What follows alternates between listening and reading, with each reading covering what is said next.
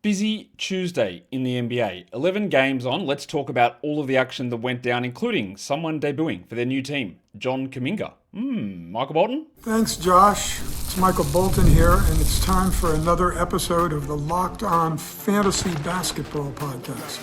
Let's get to it. Let's get to it, indeed. You are Locked On Fantasy, your daily NBA fantasy podcast. Part of the Locked On Podcast Network. Your team every day. Hello and welcome to the Locked On Fantasy Basketball Podcast, brought to you by Basketball Monster. My name is Josh Lloyd, and yes, I do hate pants. I'm also the lead fantasy analyst at basketballmonster.com, and thank you for making Locked On Fantasy Basketball your first listen every day. We're free, available on all platforms, and part of the number one sports podcast network, the Locked On Podcast Network. Thank you again for making us number one. All right, 11 games. On Tuesday, let's get into a little bit of news, waiver trends, and then the 11 games. What's the big news of the day? I guess there's some updates in Denver on Aaron Gordon and Peyton Watson, where David Adelman said that with 20 games to go in the season, he expects the team to be fully healthy, which is 4 games time from now, which means Gordon and Watson will be back. Now, Ryan Blackburn, host of Locked On Nuggets, said that he believes and he's heard that it's probably closer to 2 weeks versus 1 week, but the return of those guys is coming. I can't tell you what to do because I don't know where you are in your season. What's your journey like? Where are you at along the winding road of fantasy basketball mysticism? I don't know. Are you in the playoffs? Are you ready for something new to happen? Are you at the top of the table? Are you in the middle? Because stashing Peyton Watson and Aaron Gordon could make a ton of sense. Or it could be an absolute bomb to detonate your team completely. But at least we've got some sort of information regarding timeframes on those guys.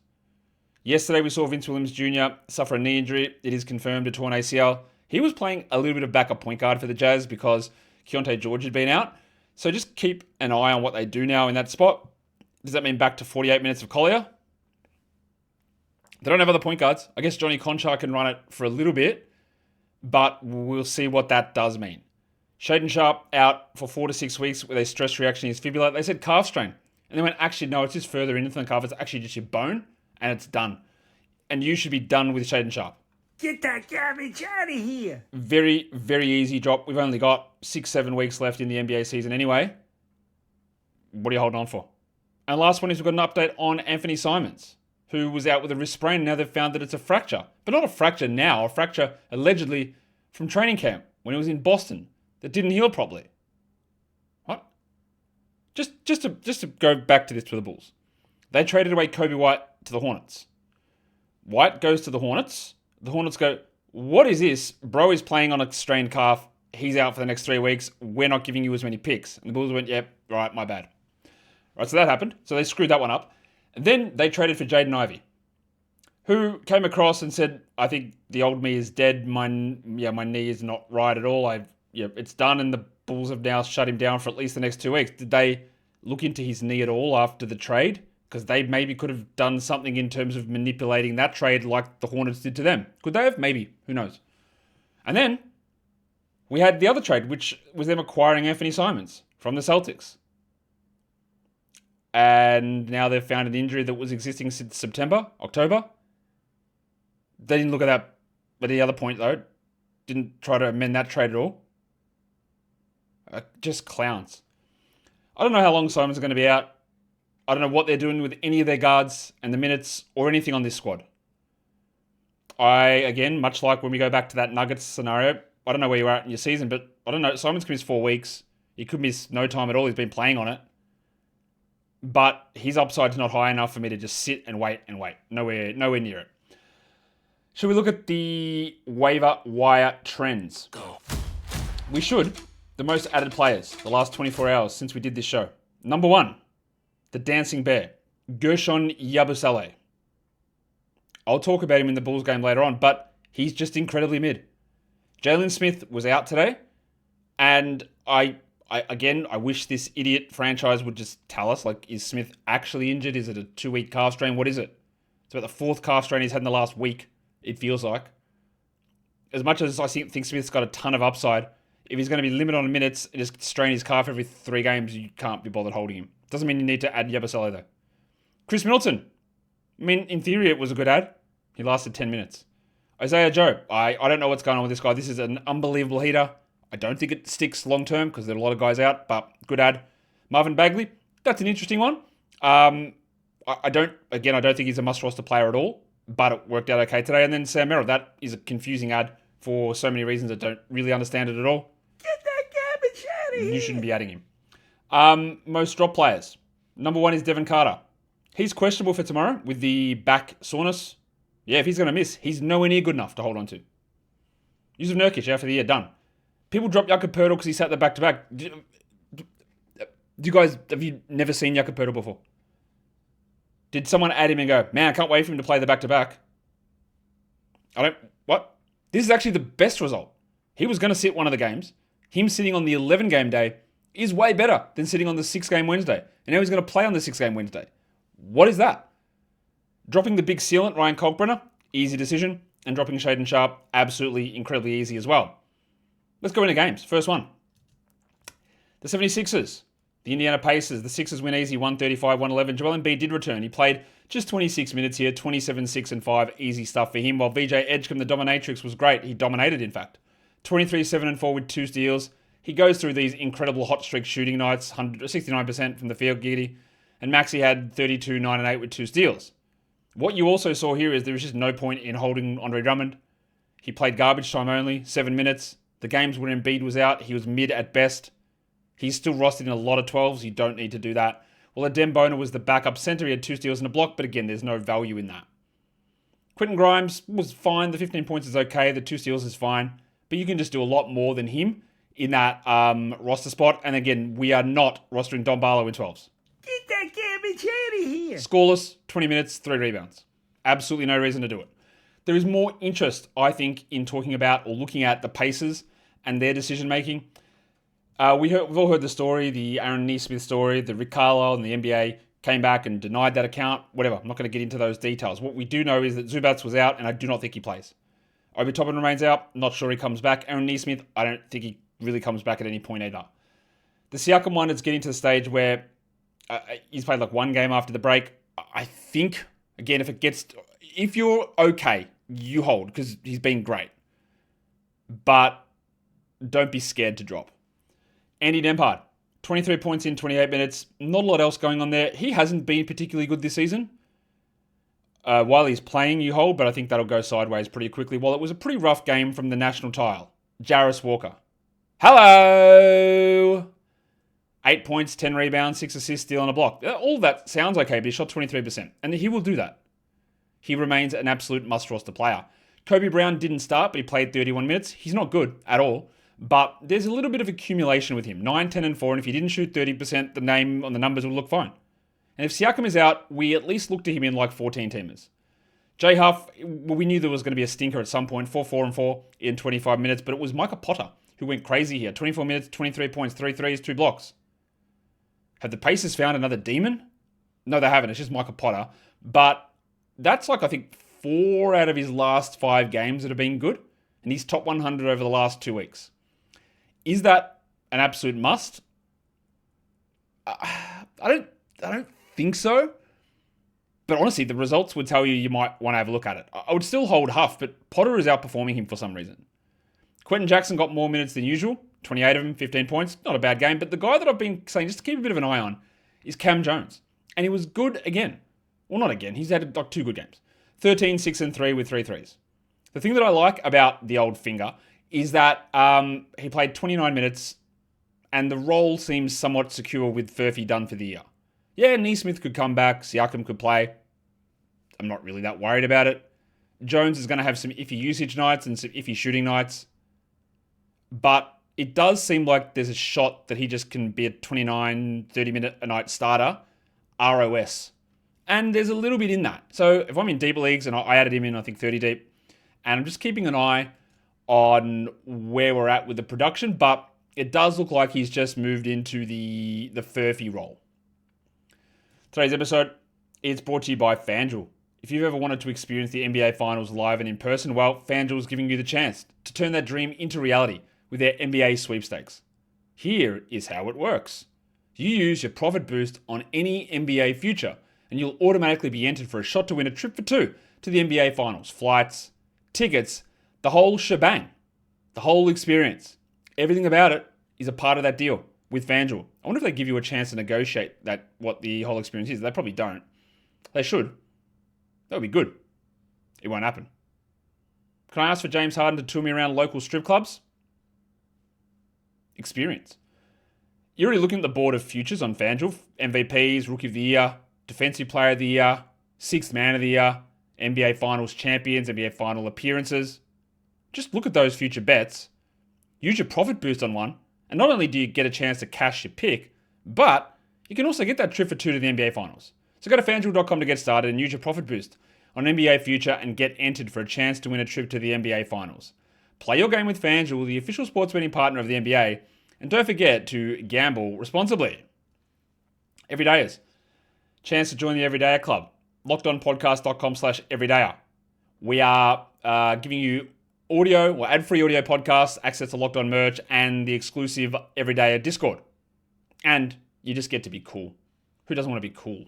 Maybe you don't, but maybe you do. Go. That's all right. We're doing recaps. We're talking the 11 games on Tuesday. We've done one of them, so that means 10 to go. Quick maths. There's quite a bit for this next game for us to dig out, and that is the Wizards and the Hawks. 119 Atlanta, 98 Washington. On the Washington side, what we got is just further proof that you can't trust any of it. Because the guy that I talked about on the streaming show was Alondes Williams. I said, well, they're giving him 30 minutes a night. I don't trust any of it, but like his name is coming up. And he played 0 minutes in the first half. He ended up with 9 minutes total for 5 and 3. And now his 10-day contract is finished. So does Williams sign another 10-day? Does he sign a full-time contract? I honestly don't know. I don't really understand why he didn't play today or why he played so limitedly. Yeah, they had basically everybody back, but that didn't matter in the past. All of these guys that you consider rostering, like the highest rostered guy at the moment is Keyshawn George. 21 minutes, 11, 2 and 2. I think you got to call it. Get that garbage out of here! The next highest rostered player, Bilal Coulibaly, 8 and 6. He had 4 assists, 2 steals and 4 blocks, which honestly is pretty good. That's pretty good. His numbers on the back of defensive stats have been solid lately. But he played 24 minutes. I don't want to trust it. Get that garbage out of here! The next highest rostered player is Tristan Vukcevic, who played 22 minutes. He had 5 and 6. Get that garbage out of here! And I know Sarr is out, but 22 minutes is not going to cut it. I need 27, 25 at least. We're at the next highest rostered player, which is Trey Johnson. He played more minutes, 24 minutes, Get that garbage out of here! but had 8, 1 and 2 on 25%. He has a horrible fantasy game. He's a scorer that needs big volume and big efficiency and big minutes. He's not getting any of that. I don't think I'll bother. The next highest rostered player, Bob Carrington. Get that garbage out of here! And again, 10 rebounds, 7 assists, a steal and 2 blocks is pretty good, but he shot 17%. He played just 26 minutes. I've seen Bob Carrington play. I've seen him for 2 years, and in 26 minutes, there's no way in the world that I'm trusting Bob Carrington to be a 12-team guy. Justin Champagnie, only 15 minutes. He had 14 points and 4 threes. 2 rebounds, not enough. Get that garbage out of here! You just don't know. You don't know what they're going to do on any given night. There's no pattern to it. It changes every game. They're going to cycle through a bunch of spuds. I wouldn't bother with it. Jameer Watkins played 27 minutes. He had 14. He had 2 steals. He's a steal stream guy. But honestly, again, some nights he just won't play. And you've got no way of knowing this stuff because it's going to change. It's also a solid scoring night from Will Riley. Remember 2 games ago he played 3 minutes? 18 points for him. So I think you just wash your hands of all these Wizards guys. And if something develops, oh well. Now you can keep them if you want. You could love what Carrington did. You could love what Bilal did. And I get it. But I'm just going to rid myself of the headache there, I think. There's too many inconsistencies to worry about. The more prescient stuff, I think, is going to be on the Hawks side. Because what we got was a couple of things. We got the team debut for John Kuminga. First time playing for Atlanta after the trade. And one of the things I've said about Kuminga all the way through, not a great fantasy game for category leagues, but also when you play the 240 game for this squad, where does he fit in? Because Quinn Snyder very clearly said him and Zach Ricochet do not play the same position, which means they view Kuminga as a 4. So I was like, play the 240 game. I don't really know where he fits in. And the thing about today is that we get the most muddy and confusing set of data you will see. And it is very easy to be confused by it. Now, let me just lay it all out without giving an opinion on it. Because Jalen Johnson left this game after 5 minutes. He had 5 points with 2 steals with a hip flex or strain. Now, Is it serious? I don't know yet. Is it a small twinge that they said, oh, we're playing the Wizards, you don't need to come back? A significant hip flexor injury is season over. Or it could be a nothing injury and he plays the next game. All right, so we just don't know. He was injured. He subbed out. Kuminga came in. So they never played together. Kuminga, will give you his numbers. 24 minutes, 27, 7 and 4, 2 steals and 3 threes. This is important to go over, I think. Undeniably an incredibly good game. He's going to be in line for the monstrous line of the night, maybe even the waiver wire line of the night with that line. He shot 75% from the field, including 75% from 3 and 75% from 2. Right? So, what we got was one of the things that was holding Kuminga back was, I'm not sure how much he plays with Jalen Johnson there. So, Johnson was out. He also shot the absolute lights out, which he won't continue to do, and he got a usage bump and a minutes bump. So, is it like just the thing? Oh, but wait, there's more. Because that's not all of it. In the next 13 days, the Atlanta Hawks play 4 times. And one of those is on an 11-game Sunday. So, again, this is all individual. Where are you at in your season? Is your playoffs not start for 2 weeks? Shit league. But are you in the middle of your playoffs? Because 4 games from a bloke like Kuminga, which is the worst in the league, not him, the schedule, over that time, is just not going to be worth it. He's not a good enough player with a good enough fantasy game, with a clear enough path to make that worthwhile. But they could say that Jalen Johnson's out for 3 weeks. Now, they didn't start Kuminga in the second half. They started the night watchman, Mohamed Waiver. You are gay. And Kuminga just played off the bench on some sort of minutes limit, I'm guessing. But again, over the next 13 days, there are going to be teams that play 9 games, 8 games. They play 4. And it is entirely possible that Jalen Johnson misses 0 of those games, meaning that Kuminga will load in as a backup. So he might play fewer minutes in the next game. He won't shoot 75% from the field, and they barely play. So it's all easy to jump on this, remembering you do not get this game. It's very easy to jump on it and go, look at that, savior, league winner, whatever you want to say. But it could not be a worse set of circumstances to evaluate this performance and then also to see what happens over the next 2 weeks. If you've got stash ability, if you're in a buy, fine, right? We don't know what's going to happen with Jalen. We've got no idea. But 2 more games this week, 2 games next week on a player with an iffy skill set who shot the lights out and we don't know how the Johnson thing goes, that doesn't give me any confidence at all in this. At all. Dyson Daniels, did he hit a 3? No. But he had 3 steals with 7 assists. And Alexander Walker had 16, 3 and 5 and 2 steals. It was a terrible night from McCollum shooting-wise. He only played 23 minutes. This game was over very early. He had 8 and 2 in a revenge game on 17% shooting. Didn't hear anyone mention anything about a revenge game there for him, so we just assumed that it wasn't a revenge game because he wasn't good. Ricochet played a lot, 28 minutes, 9 and 9. With Jalen out, 36%. We're not adding him. While Gay had 6 and 11 and 2 steals, which, if the schedule was robust and we knew that Gay would play 25, I'd be somewhat interested in adding him. But the schedule's not robust. I don't know if he starts. And he was the 11th man in the first half. So, yeah, cool. Sick. Done.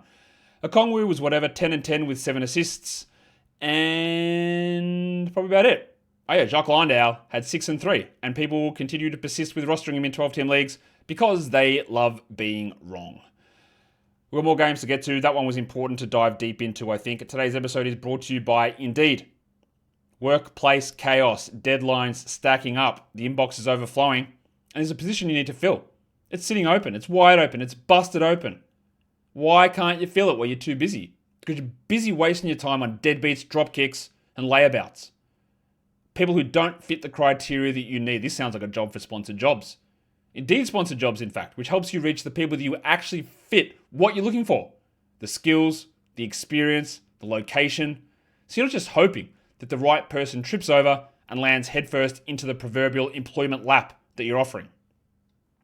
Here's a stat. We love stats.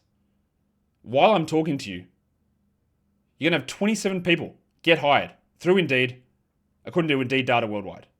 So if you're hiring, why are you wasting your time? Don't spend that time doing nonsense stuff. Don't spend that time interviewing losers. Get the right candidates for your job with Indeed sponsored jobs.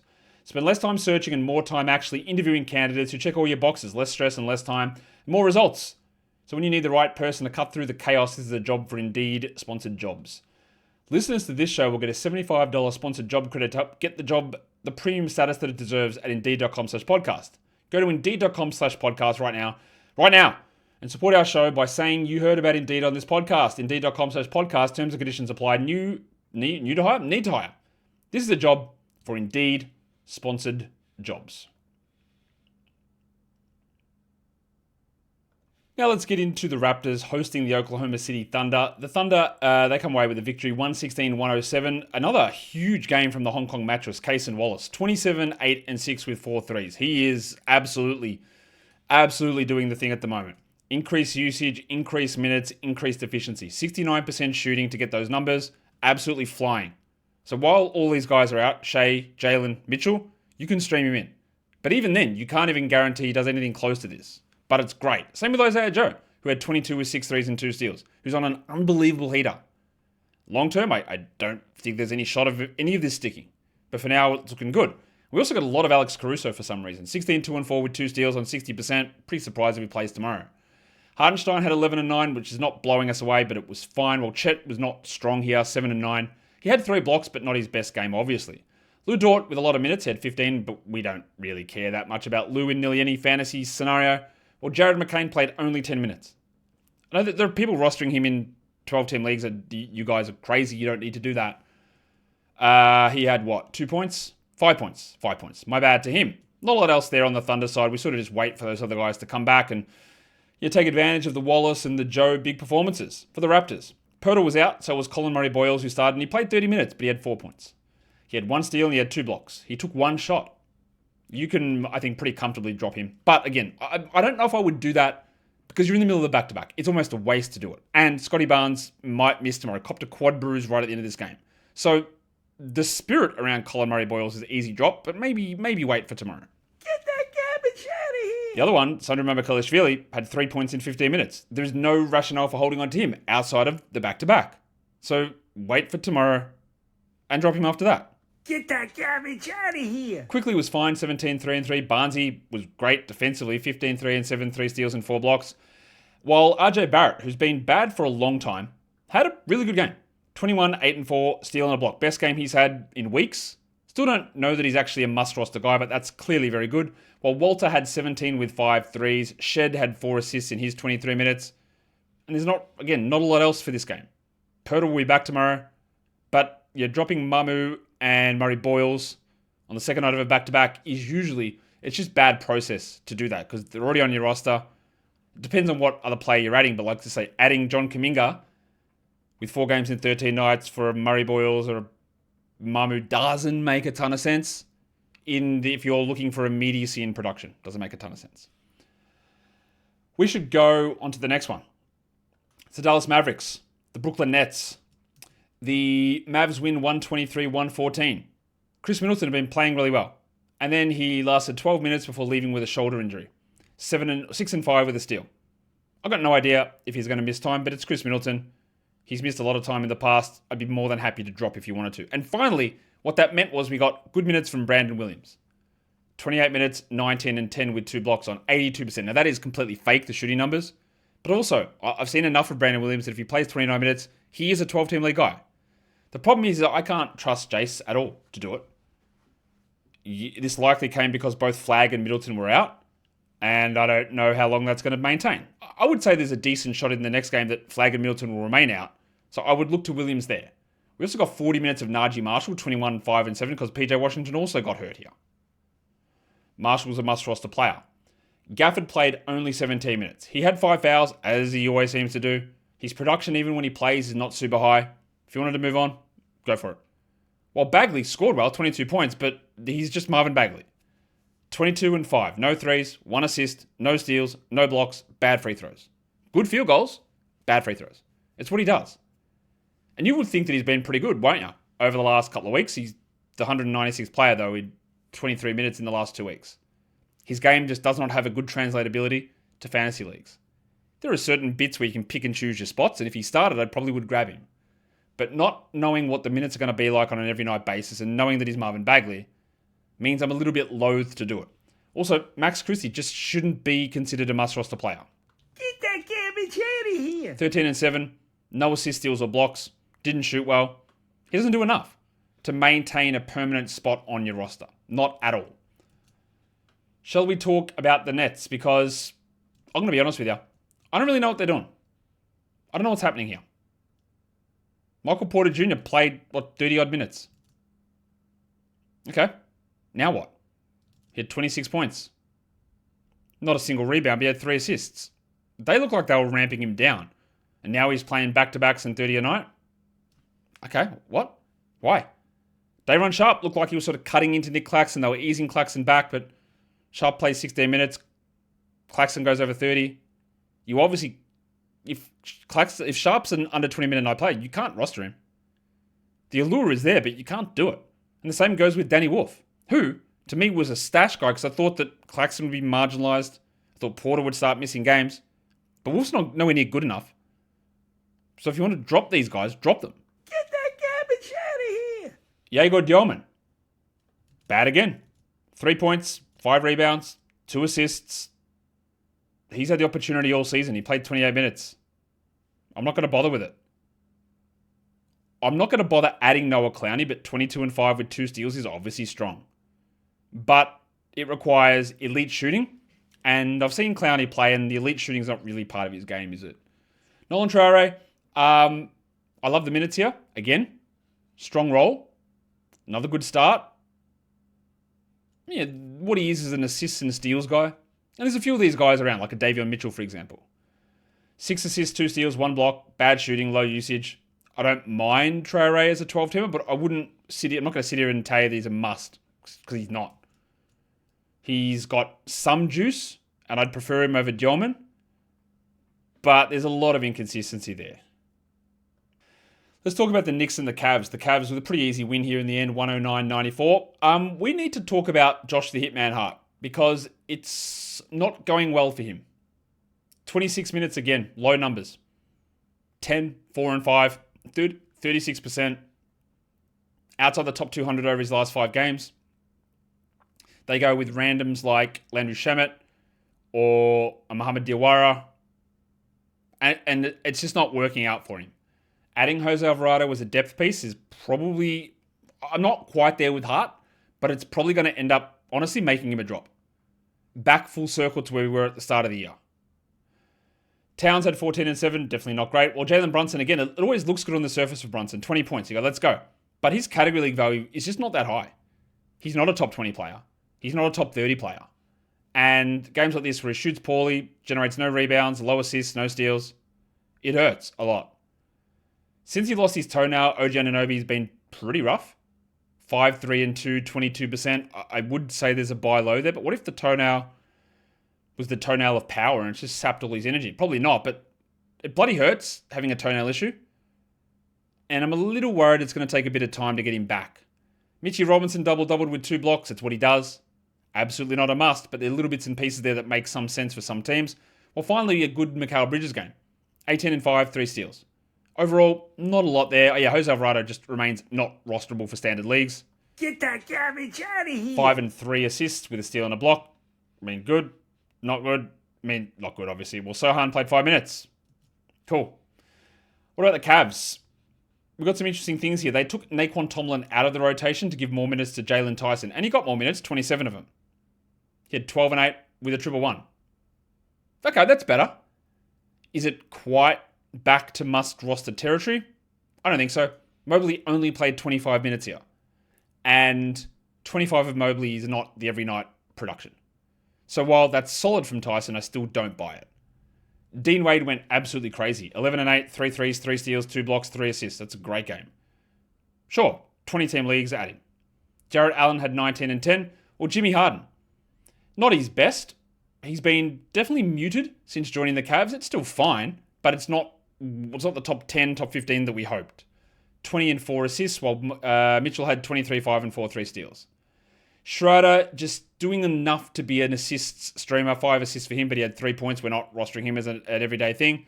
Sam Merrill, well, I just cannot understand why he's rostered in as many leagues as he is. He was scoreless in 21 minutes. He had 1 rebound, 1 assist. It is just not worth doing. And Keon Ellis played 16 minutes for 4 points. Tomorrow, I do expect that Mobley's out, so that should help Tyson get some extra minutes and probably put Naquan Tomlin back into the rotation somewhat. And now I ask you the question that everyone's been asking. Are you ready, kids? Because we're going to talk Pelicans. Hosting the Warriors.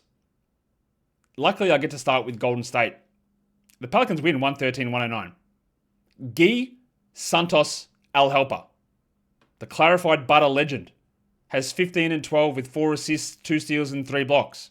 He was on the Sal High show, but he watched it and he said, Josh, why don't you just eat my ass? Because there's no chance that I'm dropping off. I mean, there is. He will. But that's bloody brilliant. No Porzingis, no Horford, no Steph. Just remember all of that for this game.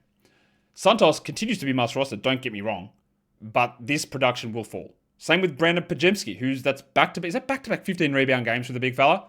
16 and 15 with 3 assists and 2 steals. Bad shooting nights, but good production otherwise. And he needs to be rostered. Draymond, one of his better games, 11, 7, and 6. And Moses Moody was also really good. 24 and 5 with 4 threes. I'm not a big Moody guy from a fantasy perspective, but he's definitely been way better than I anticipated. But also, don't look now, but actually 100% look now. Look right now. Because DeAnthony Melton played 28 minutes. He had 28, 4, and 3 with 3 threes and a steal. Now, the shooting was horrendous, 38%. But he also got to the line 11 times. Yeah, he's getting aided by Porzingis being out and mainly from Steph being out. But he played 28 minutes. And I don't know if he's going to play tomorrow. I'm not ruling it out, though. I would be adding Melton, if he's available, everywhere. The fact that Melton is playing this well and Pajemski is playing this well is meaning that they don't lean into Pat Spencer, who played 23 minutes for 5 points. I thought he'd be an okay 12-team add, Spencer. Obviously behind Pajemski and behind Melton. But now we can pretty much move on while Willie Dick played only 17 minutes here. Quentin Post got extra minutes because of the absences. And Horford will be back tomorrow, so we don't need to worry too much about old mate Quentin Post. Someone said on one of my shows, hey, you were talking about 2 different guys. And I can't remember who the players were, but they said you should have called him old mate. Oh yeah, I called Jeremiah Fears and DeJounte Murray. I called Fears old mate. He said, well, isn't Murray old mate and Fears young mate? It's not how old mate works. Old mate is just a reference to literally anybody. Age, in this case, Robert Kelly, is only a number. Age has no reference to old mate has no reference to age at all. Has no reference to whether you're mate at all. In fact, it actually implies the opposite. You don't know the guy. You've never met him. You don't know no relationship to him at all. So, old mate can be young. Old mate can be old. Old mate can definitely be not your mate. In fact, if old mate is your mate, then they're not old mate. I hope that clears it up.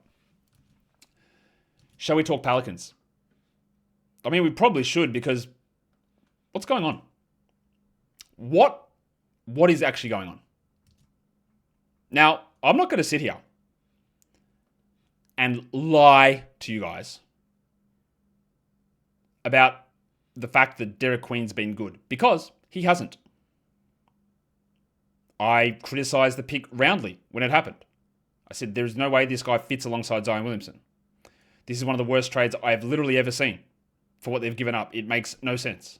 And then I was told to apologize and admit that I was wrong at the start of the year when he had a few good games. I said, I don't think I'm going to do that because my criticism still is, why did you give up this much for a player that doesn't fit with Zion? He has been terrible, Derek Queen, over the last 2 months or so. Terrible. But even me, an absolute unabashed hater, I don't hate him, but a critic or a skeptic of Derek Queen will tell you that whatever is happening here makes no sense. Because Derek Queen moved to the bench so that DeAndre Jordan could start and DeJounte Murray would be the starting point guard in his first game back.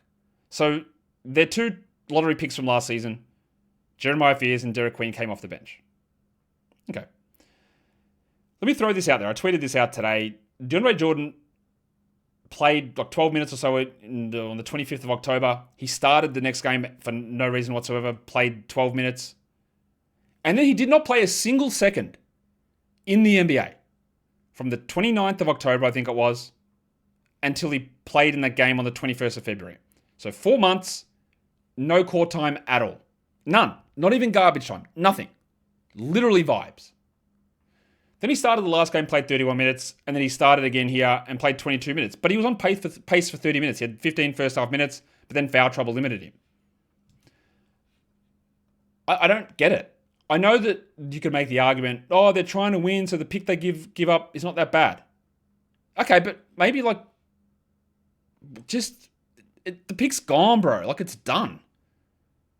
Just see, don't prioritize DeAndre Jordan. What are we prioritizing DeAndre Jordan and Saddiq Bey for? Jordan had 6 and 8 with 2 blocks. I've had the question, hey, is he a must-add? No, he's not. Do you drop Queen? I mean, probably. I don't think that this is just going to be a one-game scenario of him coming off the bench, because also, Trey Murphy wasn't there. And Eve Meese's not there. What if they both just come back? I think you can jack off both the rookies, which is insane to say at this point of the year. Get that garbage out of here. Fears had 8 and 3 in 21 minutes. Queen had 8 and 7. Now, you could hold them. And again, I don't believe those rookies are good players. I don't believe they were good picks or good prospects for their respective positions, but that's okay. I don't know whether that's going to end up true or not. We'll find out. But the process behind this, also, but remember, they also spent over $6 million on signing Kevon Looney, who got 0 minutes. DeJounte. Against his former team as well, while DeAndre Jordan played the 20-odd. I don't get it. Jordan Poole also somehow is reimagined, and he stayed in the rotation with DeJounte returning. Now, he only had 12 and 6 and played 23 minutes, and we should not be rostering him, but people are for whatever reason. Get that garbage out of here. While Bey had 18 and 6, and I do worry about Saddiq for when Trey Murphy returns. Herb was fine. The 5 steals are great from Herb, but everything else is bad. So treat him as a steal streamer. And Zion hit a 3. And why that is notable is I think that's the first 3 he's attempted in the last 2.5 months. And that is only sort of an exaggeration. In fact, I'm actually going to go and double check that. Yeah, I was right. That is the first 3-pointer that Zion Williamson has attempted since the 29th of November. He hit it, but that's the first one he has attempted, which is honestly that feels crazy. He attempted 2. Wow. Zion Williamson has attempted, do you know the answer to this, anyone? He's attempted 4 threes this season. 2 of them in that 29th of November game. 1 of them the game before that on the 26th of November, and 1 today where he hit it. What? He had 26 and 6 with 2 steals and a block. By the way, also, Zion has now played every game from the 14th of December onwards. Every single game. He's now at 43 games played. How? What? I don't get it. Anyway, he's been really different. It's just, I don't know. It's just weird. Karlo Makovic, unsurprisingly, put up really good per minute numbers. 10 and 8 with 3 blocks. But they're just never going to let him go. They're going to prioritize DeAndre Jordan, obviously. Makovic continues to be, bro's a top 140 player over the last 2 weeks per game. In 19 minutes. He's giving Tristan Vukcevic vibes. And Paul Reed, honestly, as well. Give him 25 and he will be a clear fantasy guy. I've saved all of this. I've talked about the nonsense to talk about DeJounte Murray last. Because he came back from his Achilles injury. He played 25 minutes in his first game back, which is more than I thought he would. He was quite rusty early on, to be expected. The numbers were actually fine. 13, 2 and 3 with a steal. He did add some of those quite late in the game, and his first half again was not very good. The problem with DeJounte, like I've said all the way through, is I think there's going to be limited minutes. We already know there's a 2-game week in there, and there's a bunch of back-to-backs, which is going to mean he's a 3-game-a-week player for most of the way through, if not a 2-game-week player. And I'm not sure it's going to be worth it if he's going to be limited in minutes. But that was a really good return. I could easily be wrong on saying I'm not super into grabbing him. Easily. Really good start from him. But I just don't know what the overall upside is for the rustiness that will be there with the other point guards that are around, with the way the schedule is for the Pelicans. I also thought that maybe they'd prioritize their top 8 rookie point guard and see what he can do. But I guess that's wrong. Guess they're not going to do that. Overall, just a confusing team, and every decision seems to make no sense. And I like Jones Borrego as a coach, but what is going on with this team? Now, Miami, Milwaukee. The Bucks win 128-116 after a late choke by the Heat. Let's start with the Heat. We're all eyes on Superman, Kelly Ware, and he played 19 minutes behind Bam Adebayo. 2 to 3 minutes of crossover. Bam played 31, Ware played 19. And 14-8 is still pretty good from Ware. But the question has to be, is it enough? Because it appears that you're only going to get 23 minutes, 25 minutes, 30 minutes if Bam is injured. You're going to get 19 or 18 most nights. Is that enough? He can be high usage. He can be a really good rebounder. But it is really, you need him to be like on in those minutes. Because you're limiting yourself there with the ceiling. It's tough, I think. With Hero back and Pala Larson playing, I find it very difficult to recommend Jaime Jaquez as a hold. That's a lot of H's. Triple H played just 22 minutes, 9, 2, and 3. No steals, no blocks. Get that garbage out of here. Hero just easing his way back off the bench, 14, 2, and 6. I'd like you to shoot a little bit better, my guy, and get those extra minutes up, but that's not bad. Well, Davion had 8 and 6 with 8 assists. He's an assist specialist. Wiggins was on the Sell High show today. He said, Josh, I'm just going to keep doing it. 50% shooting from 3 again. Well, that furthers the Sell High case. He had 16, 8, and 5 with 3 blocks as well. And Normie Powell had 26 and 6. No assists, of course. Big free throw volume, but not great on the percentage. He's sort of been, low-key not good for a little bit of time here. Not bad, but also just not good. Hovering around that 80 zone. And I'll see what it does when Hero actually gets back and starts. 36 minutes for Pala Larson continues to be incredibly surprising. If you're in a 14-team league, there is value here. 10, 6, and 5. He's not blowing us away, but he's just doing little bits and pieces, and he's hurting a lot of these other guys like Jaquez, and to an extent, Ware, I think. Let's talk about the Bucks. Still no Giannis. It feels like he could be back soon. Kevin Porter Jr. left the game early, came back, and dropped 32, 7, and 7, 2 steals and a block on 55%. You know that I've got him on basically every one of my teams. You know that I hate him as a player in general. But I'll be honest with you, he's improved a lot this season. I still don't think he's a great player, but the environment here makes sense for him. He obviously has to be rostered and rolled out all the way through. My man Ryan Rollins, another big game. Got him on all my rosters as well. I've just heavily invested in Bucks point guards. 21, 4, and 5, 2 steals and a block.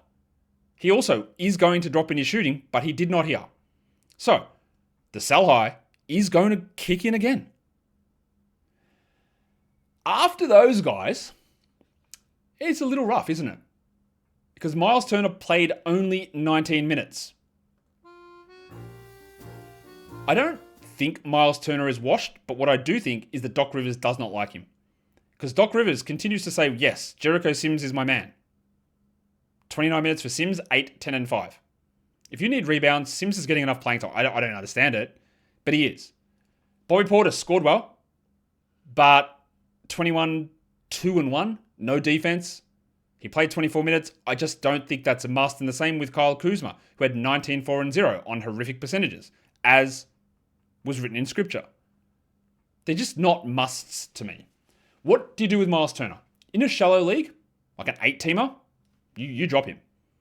In a 10, it's a little bit more debatable. And really, I don't think that Turner's done as a player. I just think it's Doc, to be honest. And Doc's not going anywhere. So, if you need to make tough calls, you make tough calls.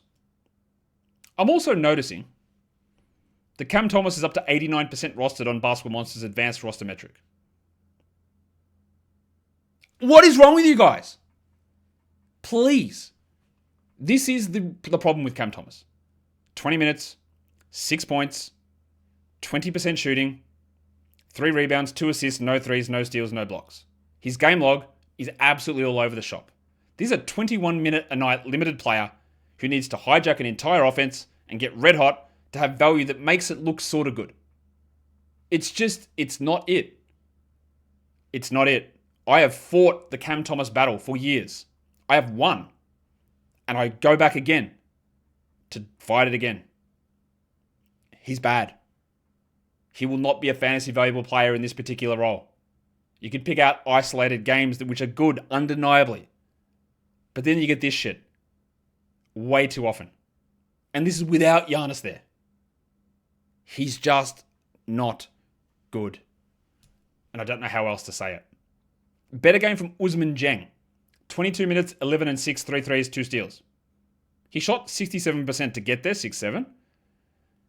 And 22 is nowhere near enough for Dieng to be a 12-team league guy. But it's intriguing. If I was Glenn Rivers, I'd do a lot of things different. A lot of things. I'd probably try to make the same amount of money that he has. But in terms of the way that I'd coach things, I'd do it differently. I would play Dieng over Kuzma. I'd play Dieng 30 minutes a night. Let's see what happens. I'd play him over Kuzma every second I could. But I'm not Glenn. So I don't think that's going to happen. And until it does, then we just can't really have any faith in Ousmane. Let's talk about the Charlotte Hornets, who easily cooked the Bulls. Not hard. Bulls are terrible. 131-99. We got the return of Miles Bridges and Moussa Diabate. Diabate came back, played 31 minutes, 9 and 7, 5 assists, 3 steals, 3 blocks, must roster player. Some were thinking that the big sealant had earned the spot back. He did not. He played 16 minutes and went scoreless. You dropped Ryan Kalkbrenner. Get that garbage out of here. And you had Diabate. Bridges was fine, 16 and 7 with 2 steals. The big Areola hit another 3 threes. Con Knipple, 21 points. Not a lot else. All the 2 steals are nice. He continues to be just absolutely on fire. The 3-point shooting will dip a little bit. It will, even though he was 50% again here. While Brandon Miller shot really well. 56%, 23, 5 and 3, 2 steals, a block. Big game from him. LaMelo, not at his best, had some foul trouble, but these guys didn't need to play much. The game was over immediately. 16, 3 and 7 for Ball.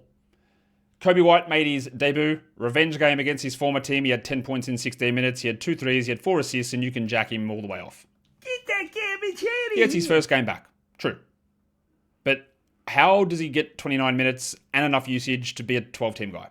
I can't see how it plays out that way. Yeah, he'll probably play more than this, but also he might not. I just don't think you need to bother. Do we need to bother with the Bulls? I mean, we sort of do. And I just want to address something immediately here, because I've already got the questions. People are asking, do you drop Josh Giddey? No, you don't. Has Giddey been good? No, not at all. 26 minutes, 8, 2 and 5 with 2 steals on 27% shooting. Horrific. Now, I feel like I've been relatively consistent on Josh Giddey as a player, but I feel like the opinions on him vary quite a bit around him. I thought that obviously what he did at the end of last season was completely unreliable and wouldn't hold. And it obviously hasn't. I advocated for drafting him highly in fantasy drafts this season because of the way the Bulls team was set up. I thought he was going to get opportunities to do a lot of stuff. And he did. That doesn't mean I think he's a good player or a guy that impacts winning. I mean, he's a fine player. But there are crazy takes. Oh, he's in the MVP discussion. Oh, he's a definite all-star. He's not, at all. But now we're getting to the stage people are like, oh, should I drop him? No, you shouldn't. Yeah, it's frustrating he's on a minutes limit. That will come up. That's not going to be that way all the way through. The hamstrings have bothered him clearly. He's playing poorly on limited minutes on a bad team. And you could say, well, maybe the low minutes just stick. Maybe. But this is a top 20-ish upside player. You don't just drop him because of a couple of bad games. You don't do that. So don't entertain it. Dropping Trey Jones, fine. 20 minutes, 3 points. Worrying about Colin Sexton? I wouldn't. He played 28 minutes, he had 10 points with 2 steals. Sexton is a bad per-minute fantasy player whose role is up and down. Rob Dillingham played 23 minutes, he had 6, 5, and 5. Shot poorly. The minutes are up, but it's not enough to matter for most of us. I just could not, in a million years, at this point, on February the 24th, get behind dropping Josh Giddey. Makes no sense to me. With Jalen Smith out, it was Gershon Yabusele starting. At center, he started last game, but Patrick Williams moved into the starting lineup. Don't add Williams. As for Yabusele, this is why, guys. This is why I don't care. I don't care that he's starting. I'm not adding him. It's absolute nothingness. 11 and 4 with 3 threes and 2 steals. It's why I don't care about Nick Richards. 6 and 5 for BDNR with no assists, steals, or blocks. Sure, stream them in on days when the Bulls play, but literally nothing more than that. This is not a rush to add Yabu. It's not a rush to add Richards scenario. Okoro was rough. He had 7 points. Someone asked me whether he was a 12-team league guy the other day, and I didn't get to it. He's not. He's like a 200 deep league player, maybe. Like, maybe. This team is bad. What we saw was actually a good game from Matas Buzelis after a disaster last time out. 32-7 with 6 threes and a steal. But we know that Bill Donovan is going to jerk him around a lot. To me, it's him and Giddey that are the must-roster guys, and it would be Smith if, he was ever healthy at any point. But everyone else, not looking good. Now we go to look at the Celtics on the road against the very much undermanned Phoenix Suns team. They beat them pretty easily, 97-81. Boston also had Jaylen Brown resting in this game, so that meant that Ron Harper Jr. started. He played his 30 minutes. He's a solid sort of do-nothing role player. 8 points, 2 threes, a steal, and a block. We don't need to worry about him from a fantasy perspective. But what we've seen a couple of times, especially when Jalen's out, is that old mate Baylor Shireman steps up. 11-11 in 32 minutes. Is it anything close to must roster or even a clear stream? Not necessarily. But it's something to remember. What there is also to remember is that the GOAT, Nikola Vucevic, is dead. 19 minutes, 8 points, 4 rebounds, 36% shooting. You can jack. Get that garbage out of here. What you do with Neemias Queta is probably a more interesting question. 27 minutes, 14, 13, 2 blocks. If he plays 27 minutes tonight, in. Absolute in. And that's 2 in a row. Grab him. Happy to grab him. I don't know if it sticks. I got no idea. But what I do know is that Vooch seems capped at like 27 minutes. And I'm not going to bother with him in that spot. Maximum Derek White. He was on the Buy Low show, so he said, right, Josh, let's go. 22, 8 and 8, 1 steal, 3 blocks, 50% shooting. Bang. Love it. Slam and Sammy Hauser did his thing. That's 16 with 4 threes. Peyton Pritchard did not. He shot 15% for 8 points. You would hope for a little bit more from him, but he has been on a ridiculous run. I'll grant him this one stinker. He'd been like a top 10 player over the last 2 weeks prior to this. So I'll grant him a little bit of faith. But the shooting for him was always going to come down. And I think I talked about that last time the Celtics played. That he's just not going to shoot this well. He didn't. It fell off. It's okay. It's okay. The role is still there. And that's probably the most important thing there. On the Suns side, they've only got one more game this week, by the way. And they've got a horrible schedule coming up. No Booker, no Brooks, no Goodwin. We know all of that. Colin Gillespie, just the 27 minutes. Pretty solid. 15, 3 and 3. We hold him. Ryan Dunn was okay. Don't bother with him. 10 and 6. Royce O'Neal. 9 and 2 in 21 minutes. Do not roster him. And now the big question is going to be, what do you do with Mark Williams? 18 minutes, 2 and 5. He had 2 blocks. He was not good. He has struggled for a period of time here. Again, it all comes down to what you're doing in your league, your schedule, your playoffs. But they have 2 games over the next 8 days, I think. He's not playing well. Bye. Get that garbage out of here. Grayson Allen's first game back, limited minutes, bad shooting, not really worried about it. 14 and 3, and Jalen Green also, terrible shooting. Now, Jalen Green is not a good shooter, but this game was a blowout. I expect both Green and Allen's minutes to push way higher than this.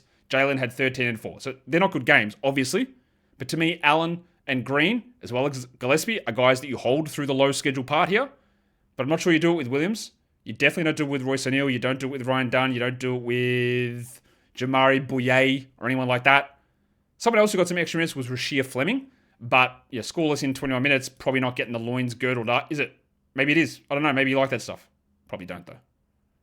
All right, so the last 2 games now. Minnesota and Portland. The Blazers lose.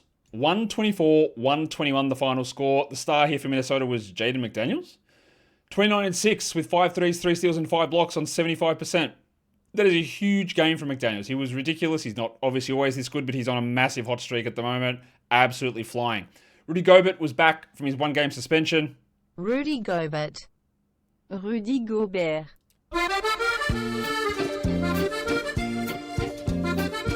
And he was really good. 10 and 19, 4 assists and 2 blocks, while DiVincenzo won the battle against Ayo Dosunmu here. 33 for Dante, 19 points, 5 threes, 2 steals, while Dosunmu played 24 minutes, had 7 points. I always knew he was bad, Dosunmu. I knew it. I just needed some proof. I feel okay with dropping Dosunmu. Get that garbage I'm still not out of here. fully in on DiVincenzo now because I do worry that they could go back to him, but after that first couple of games, it is just tilting back towards Dante, as it should. Naz Reid struggled. That's okay. Like, his numbers this season have been mostly fine. 8 and 3 with 2 triples and 2 steals. Randall had 13, 7 and 6. And Goose had 34, 4 and 4. Not a lot to talk about there apart from that DeSumo and DiVincenzo minutes split. And it is going towards Dante. For the Blazers, no Shaedon Sharpe, who's out for basically the rest of the regular season. Rob Williams was also out. And Denny Avdia was out. So that meant that Sterling Henderson was able to play more minutes. 29 minutes for Scoot. He had 19, which looks good again on the surface. 19, 6 and 5 is pretty good. The field goals, though, which is really what was driving his sort of breakout at the return from injury, is back in the toilet. 39% from the field, no steals, no blocks, 1-3. Honestly, it feels a little bit back to just, okay, this is Scoot again. But 30 minutes with increased ball handling and usage because Sharpe and Avdi are out. If there was ever a time to take a crack at Scoot, it's now. Because when Denny plays, I don't think there's any path for it making sense. Holiday was really good, 22, 3 and 4. Donnie Clingan's on an unbelievably good run. His second half of the season has been absolutely elite. 10 and 15, 5 assists, 3 steals and 2 blocks. He looks very different to what he did earlier in the season. He's rolling top 10 over the last 2 weeks. He looks great at the moment. Really, really good. I do think there's going to be a bit of a drop-off in some of the stuff, but it's been ridiculous. Chris Murray's the guy that started in place of Denny. Would you think that Chris Murray would have better games than Keegan Murray? Because that happened. 16 and 5 with 2 blocks for Chris. I'm definitely not adding him, but I guess in deeper leagues, if he's going to start and Avdia's going to miss, then sure, off we go. Not much else going on here, I don't think. Jez Grant, no, that's not true. With Avdia out, Grant is worth using. I think that when Denny returns, it gets a little bit harder. But for now, we look at it. And then Tamani Kamara had 11 and 4. He had 5 assists. He shot horribly. The minutes are through the roof. I would try to persist with Tamani at this stage. Let's do the last game of the night. The Orlando Magic. They win 110-109 over the Lakers. Still, obviously, no Franz Wagner, no Jalen Suggs, so Tristan da Silva got another crack at starting it. Aravinder's mate was pretty good here, 32 minutes, 13 and 6 with 3 threes and 2 steals. It's not enough that I'd want to add him in any 170 deep league. A 200 deep league, sure. That becomes interesting, maybe streamable in other scenarios.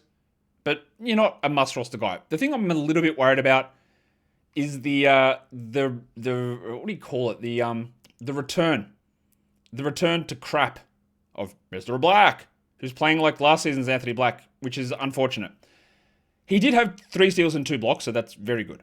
But 8, 4 and 4 on bad percentages. In fact, missed all 4 of his free throws and shot 29% from the field, and that brings him now outside the top 130 over the last 2 weeks. I thought it would be Wagner and Suggs returning that would kill Black's value, but instead he's just doing it himself.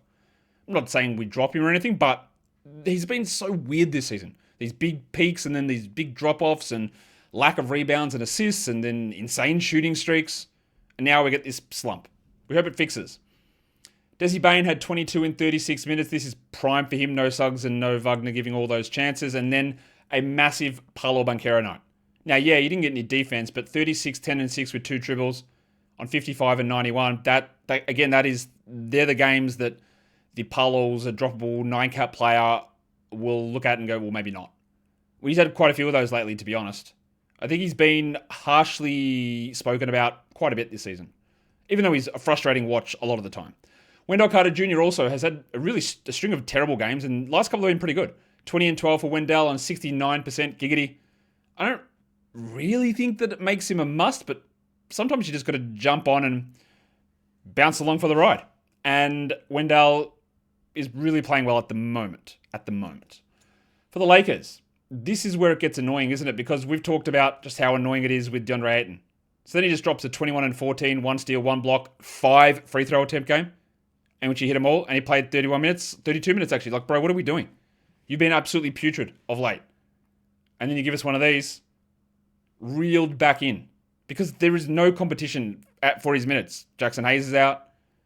Rui Hachimura is, the Mpitsu. But then he'll go out and just do 6 and 2 or something in the next game. LeBron had 21, 6 and 4. That's a very LeBron game. Reeves was, I think, scoreless in the first half, but 18 in the second. You want more than that, but obviously salvaged it somewhat. Well, Luka, 22, 9 and 15. He was on the buy low show because I was talking about how bad his shooting was. So he came out and said, right, let's make it worse. 33% from the field and 44 from the line is absolutely brutal. He will improve, I'm very certain of this. but I am a little bit worried about the wear down effect on his body, because this is an annoying little bad streak. You don't roster the Spiral Luke Kennard, you don't roster Marcus Smart, you don't bother with Jake LaRavia in almost any format. Tim Pitzel was alright in this one, 10 points for Rui Hachimura, and by alright I mean he had 10 points. He had no rebounds, he had no assists. He did have 2 steals and a block, which is, a good 6 weeks worth of action for him normally. For the love of absolute God. For the love of Astro Boy. For the love of all things Japanese. Please do not have Rui Hachimura on your 12-team roster. Please don't do it. Let's give it the double Empitsu.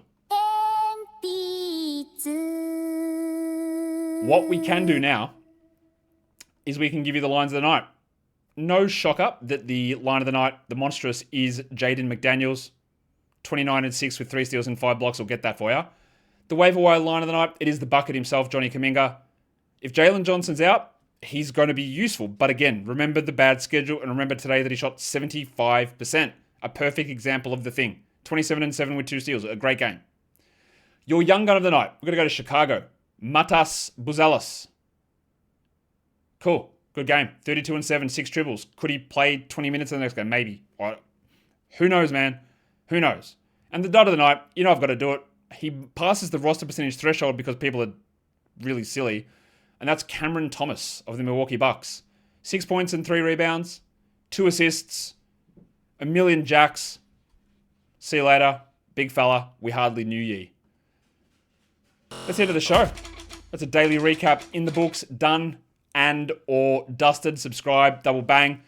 I know that there are some technical issues with the audio side of this. I don't know what's going on. I'm waiting for them to fix it. It's the episode's not being published on Spotify. I don't know why that is.